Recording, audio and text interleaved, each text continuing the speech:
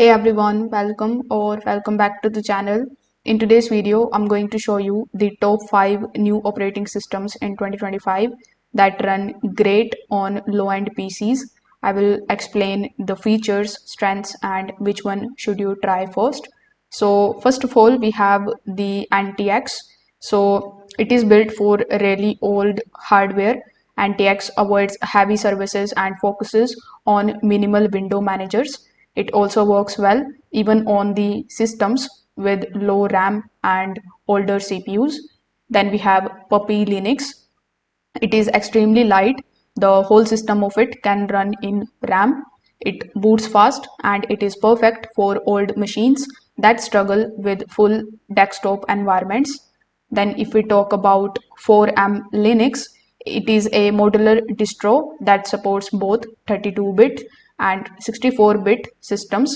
It is basically designed to be small and efficient. Even as a live USB, it doesn't demand much memory. Then we have Lubuntu.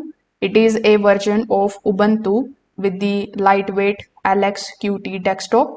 You can get access to Ubuntu's software library, but with lower source use.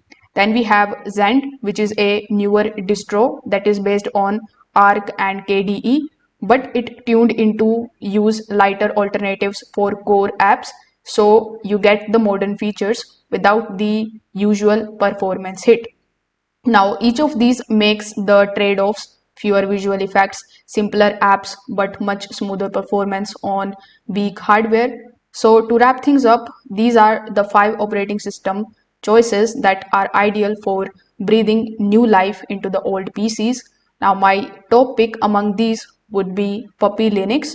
It is rugged, fast, and low footprint. So which one appeals to you the most? Let me know in the comment section below. And don't forget to like this video and subscribe to the channel for more operating system reviews and tech tips. Thanks for watching.